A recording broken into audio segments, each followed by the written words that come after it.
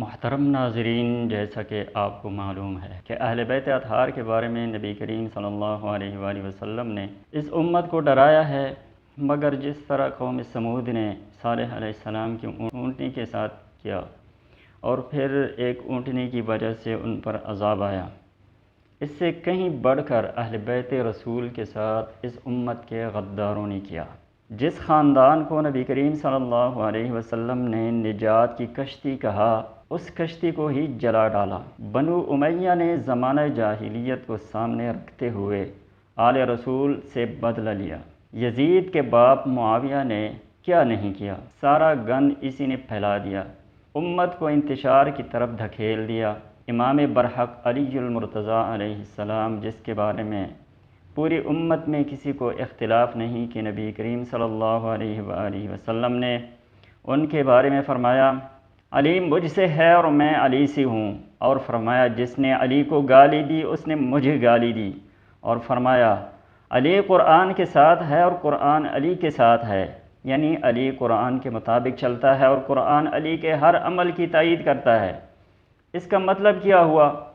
اس کا مطلب یہ ہوا کہ سب سے زیادہ دین اور قرآن کو سمجھنے والا اور اس پر عمل پیرا ہونے والا علی ہے۔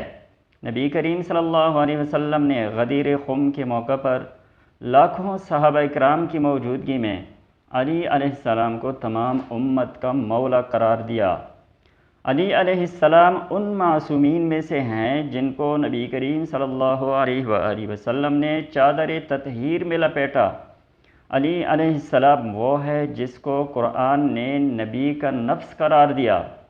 معاویہ نے اس علی کے خلاف علم بغاوت بلند کیا، خلافت کے سارے زمانے میں ان کو آرام سے بیٹھنے نہیں دیا، مسلمانوں کو آپس میں لڑوایا، علی المرتضیٰ علیہ السلام پر سب و شتم کی بنا ڈالی۔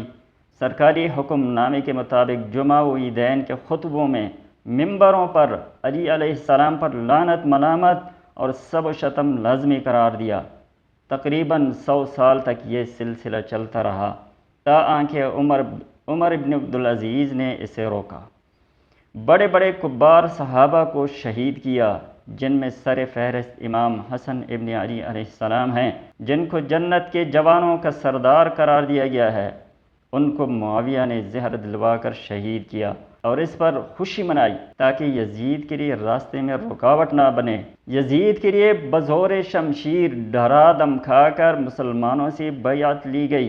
یہ جو یزید لائن کے حامی کہتے ہیں کہ صحابہ نے یزید کی بیعت کی ہے، اس کی حقیقت یہی ہے کہ ان کو معاویہ نے یزید کے ولی عہدی کے لیے بیعت کرنے پر مجبور کیا، اور جنہوں نے انکار کیا ان کو شہید کروا دیا۔ حضرت حجر ابن عدی ابن حاتم کو ان کے بیٹوں سمیت شہید کیا۔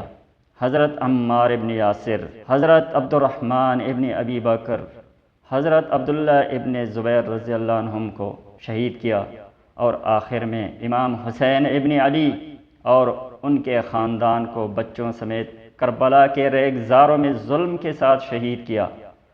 واقعہ کربلا اسی تسلسل کا نام ہے۔